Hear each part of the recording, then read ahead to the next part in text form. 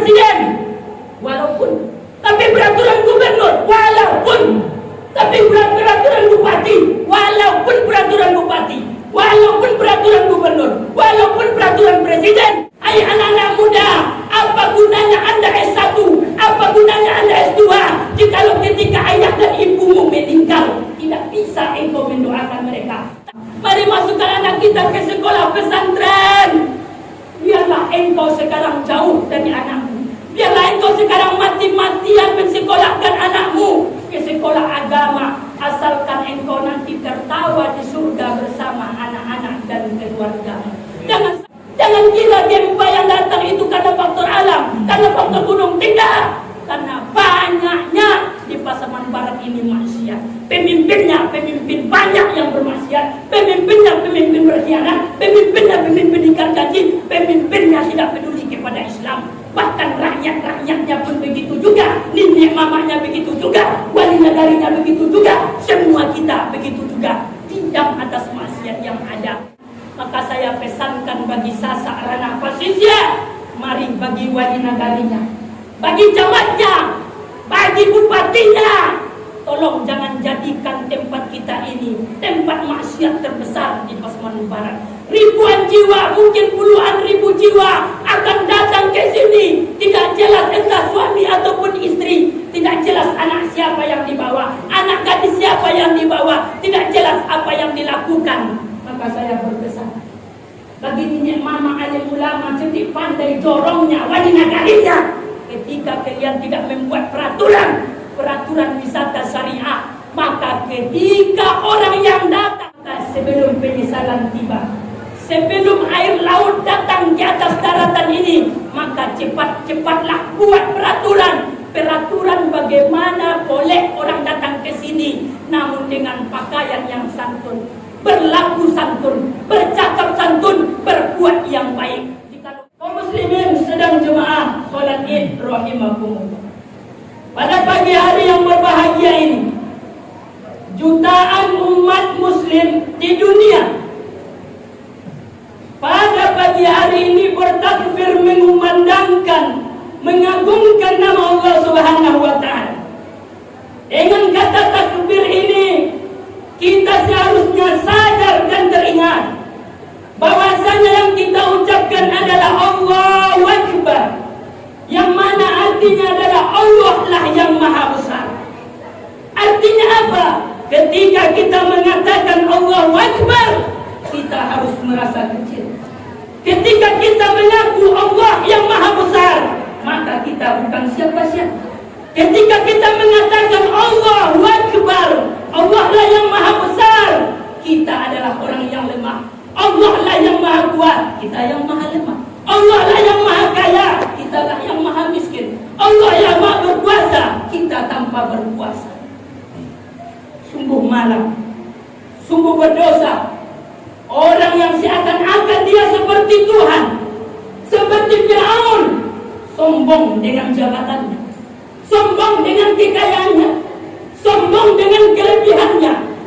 Maka ketika dia mengucapkan Allahu Akbar, sombongnya juga tidak hilang. Maka kata Allahu Akbar hanya sekedar di mulut, tidak masuk ke dalam lubuk hati yang paling dalam. Andaikan kata-kata Allahu Akbar itu masuk ke dalam hati kita, kita mengakui Allah lah yang maha besar, tiada kita berupaya, tiada kita berkuasa, melainkan kuasa yang diberikan oleh Allah Subhanahu wa ta'ala. Maka ketika kita katakan Allahu Akbar, artinya kita tidak takut kepada siapapun kecuali kepada Allah saja. Lalu kepada kita, kepada Anda, kepada diri kita yang masih takut kepada sesuatu selain Allah, maka marilah sadar. Yang kita takuti adalah makhluk, kita pun makhluk. Yang kita takuti adalah manusia, kita pun manusia. Lalu kenapa kita takut dengan manusia? Lalu kenapa kita takut dengan makhluk? Sementara ada sang pencipta kita tidak takut. Kenapa tidak takut? Kita berani berbuat maksiat, kita berani ini itu segala macam. Bahkan zaman sekarang berani kita, bahkan di bulan puasa, di bulan Ramadan, main judi online, jual beli chip padahal hukumnya haram.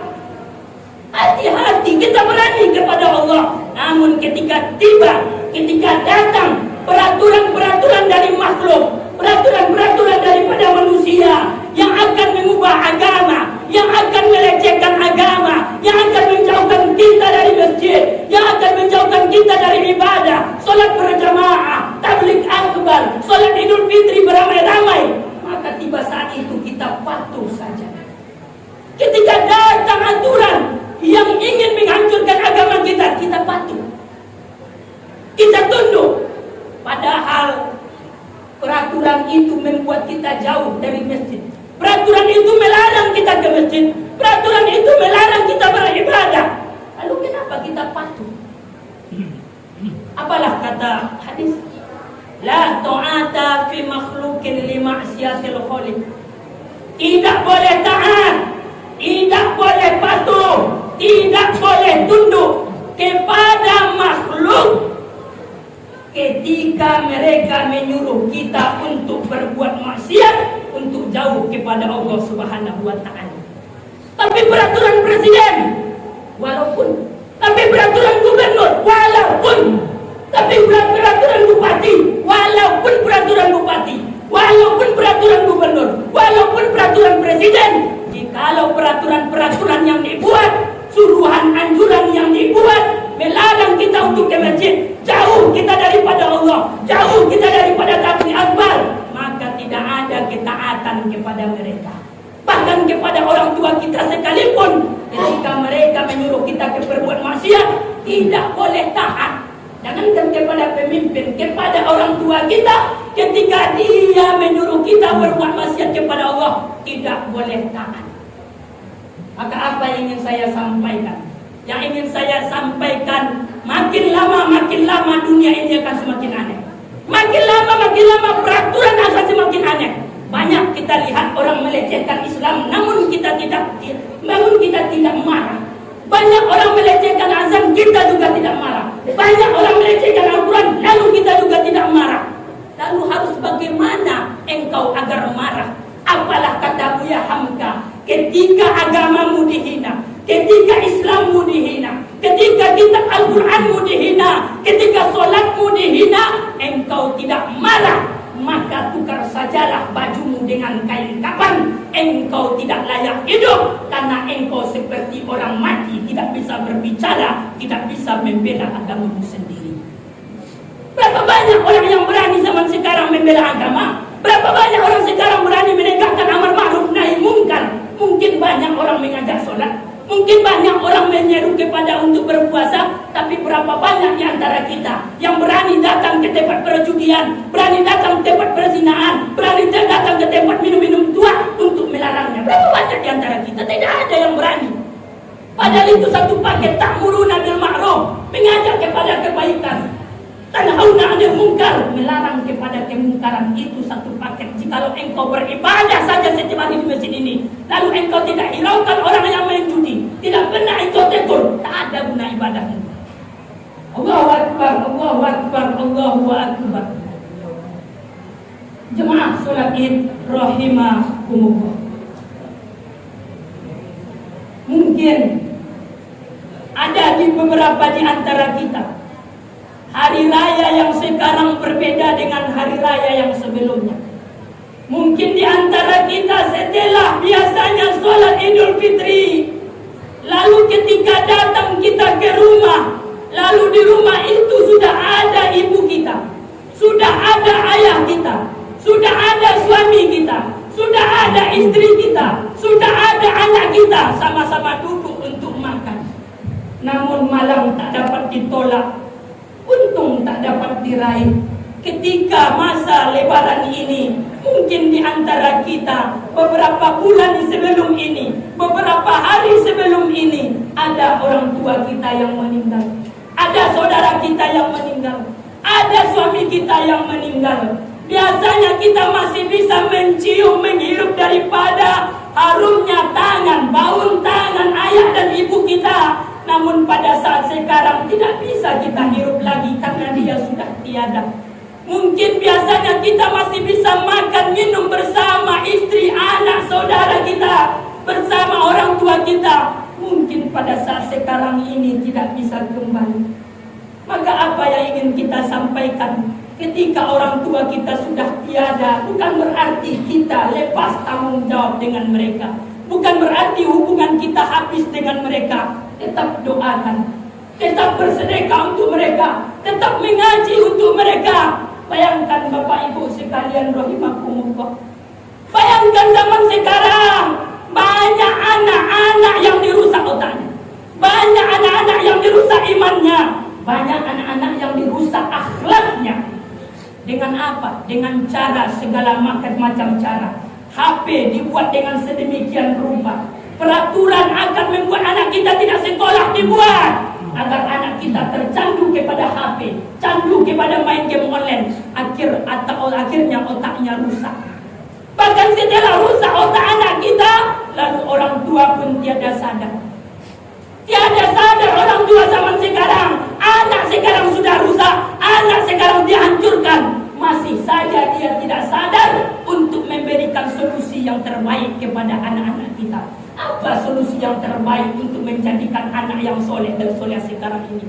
Tiada lain, tiada bukan Bapak Saudara sekalian. Solusi satu-satunya solusi untuk menjadikan anak yang soleh dan soleha adalah masukkan anak kita ke sekolah-sekolah pesantren, ke sekolah-sekolah agama. Tiada lain, tiada bukan lagi. Bukan berarti kita tidak boleh mensekolahkan anak kita ke sekolah umum, boleh. Tapi dari 2, dari 3, dari 4 orang anak kita mungkin salah satunya masukkanlah ke sekolah pesantren. Masukkan. Betapa orang sangat merugi seorang orang tua. Siapalah orang yang paling merugi itu? Dia telah mengandung anaknya 9 bulan 10 hari di dalam kandungan, dibawa kemana-mana. Lalu setelah 9 bulan 10 hari dia lahirkan dengan berdarah-darah, dengan berteriak-teriak, dengan meregang nyawa setengah mati. Setelah dia lahirkan, lalu dia susukan selama 2 tahun lamanya. 2 tahun lamanya dia susukan. Ayahnya pergi pagi pulang petang, peras keringat mencari uang agar anaknya bisa makan. Agar anaknya bisa makan, ibu setiap hari memandikannya, ibu setiap hari memasak untuknya, ibu setiap hari memandikan badannya. Namun pada masanya tiba, karena ibu tidak sadar, karena bapak tidak sadar, anak adalah penolong yang besar bagi kita pada suatu hari nanti.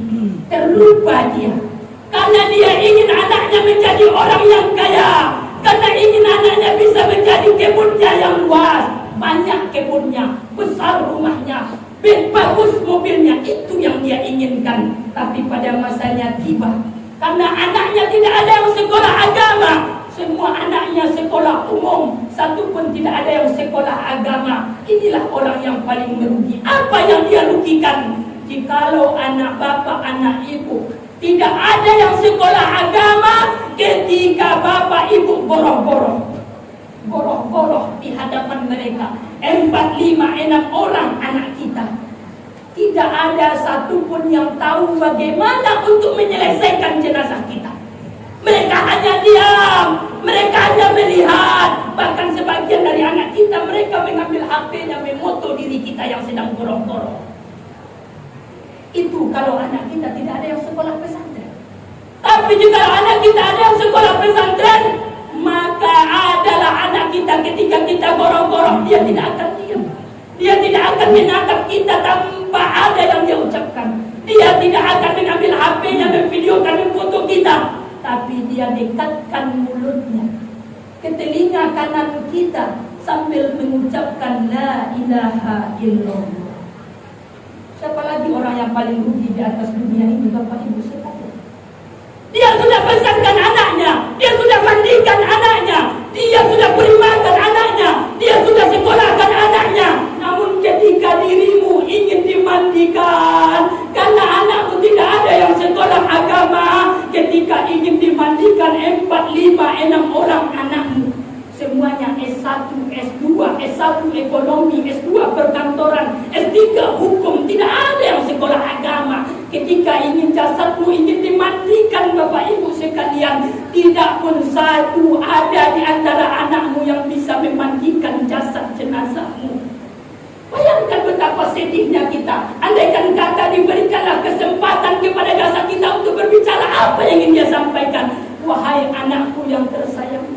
Wahai anakku yang tercinta, wahai buah hati belayan jiwa, dulu nak aku yang memandikan jenazahmu, aku mandikan badanmu, aku bersihkan badanmu, aku sabuni badanmu. Nak, tolong nak untuk yang terakhir kali ini, tolong mandikan jenazah ayah dan ibu ini. Namun anak tak bisa.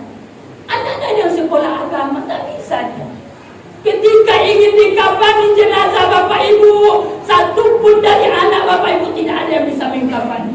Jikalau bisalah berkata jenazah itu kembali, apa yang ingin dia katakan? Wahai anakku yang tersayang, wahai anakku yang tercinta, dulu nak aku pakaikan bajumu. Ketika engkau ingin pergi sekolah, aku pakaikan bajumu. Ketika engkau ingin pergi bermain, aku pakaikan bajumu. Nak, ketika engkau ingin pergi sekolah, sholat, bermain, aku pakaikan bajumu. Nak, tolong untuk yang terakhir kali ini, tolong pakaikan baju jenazah ayah dan ibumu ini. Namun anak tak ada yang bisa bapak ibu sekalian. Mana anak yang engkau banggakan? Hai anak-anak muda, apa gunanya anda S1? Apa gunanya anda S2? Jikalau ketika ayah dan ibumu meninggal, tidak bisa engkau mendoakan mereka, tak bisa engkau mengkafani mereka, tak bisa engkau memandikan mereka, tak bisa engkau menjadi imam daripada sholat jenazah mereka. Siapa kita? Bukankah engkau orang yang merugi bapak ibu sekalian?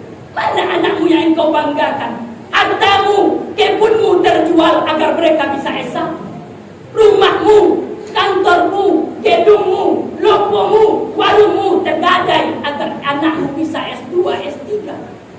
Namun pada masanya tiba tiada satu anak pun yang mendoakanmu ketika engkau menangis merintih kesakitan di alam kubur, ketika engkau dicambuk malaikat. Tidak ada anakmu yang mendoakanmu, tidak pernah teringat olehnya. Sementara engkau menangis di alam kubur, mereka tertawa di atas dunia ini. Maka sebelum itu terjadi, sebelum masa itu tiba, maka pikir-pikirlah dari sekarang. Mari masukkan anak kita ke sekolah agama. Mari, siapalah kita? Apalah guna kita? Apalah manfaat kita? Yang anakmu 4, yang anakmu 5, yang anakmu 6. Boleh anakmu tentara, boleh. Boleh anakmu polisi, boleh. Boleh anakmu menjadi pengusaha, boleh. Tapi jangan lupa, jadilah polisi yang soleh. Jadilah tentara yang soleh. Jadilah pengusaha yang soleh. Allahu Akbar, Allahu Akbar, Allahu Akbar. Walillahil hamd. Bapak Ibu kaum muslimin wal muslimat, sedang sholat Id, sedang mendengar khutbah Id, rahimahumullah. Tiada terbayang bagi kita, mungkin ada anak kita yang tidak bisa pulang dari rantau. Sedih hati kita tidak pulang mereka. Mungkin ada saudara kita yang tak pulang di rantau. Sedih hati kita. Namun ada yang paling sedih, jikalau kita tidak ingat melihat kuburan orang tua kita yang sedang berada di alam barzakh saat sekarang ini. Mereka sedih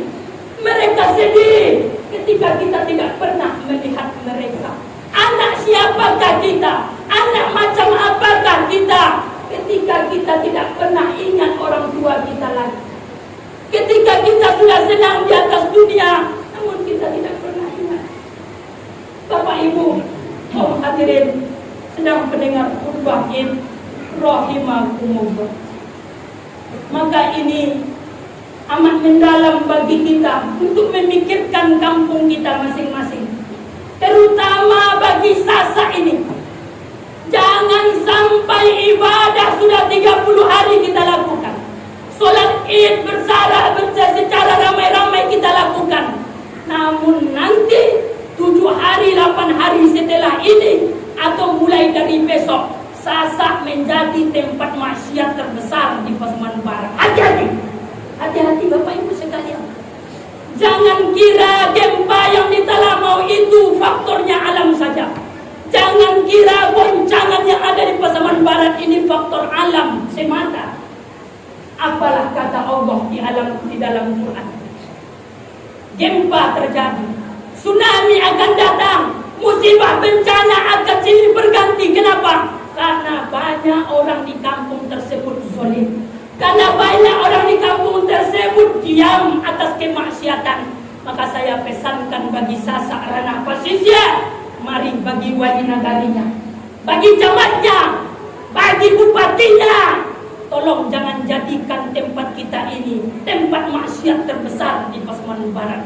Ribuan jiwa, mungkin puluhan ribu jiwa akan datang ke sini. Tidak jelas entah suami ataupun istri. Tidak jelas anak siapa yang dibawa, anak gadis siapa yang dibawa. Tidak jelas apa yang dilakukan. Maka saya berpesan bagi nenek mama alim ulama, cerdik pandai jorongnya, wali nagarinya, ketika kalian tidak membuat peraturan wisata syariah, maka ketika orang yang datang dari ujung Gading, datang dari Kinali, datang dari Piawai, orang kampung sebelah datang ke tempat kita berbuat maksiat, lalu maksiat setelah dibuat mereka pulang, datang tsunami besar menghancurkan kita, bukan menghancurkan mereka yang datang.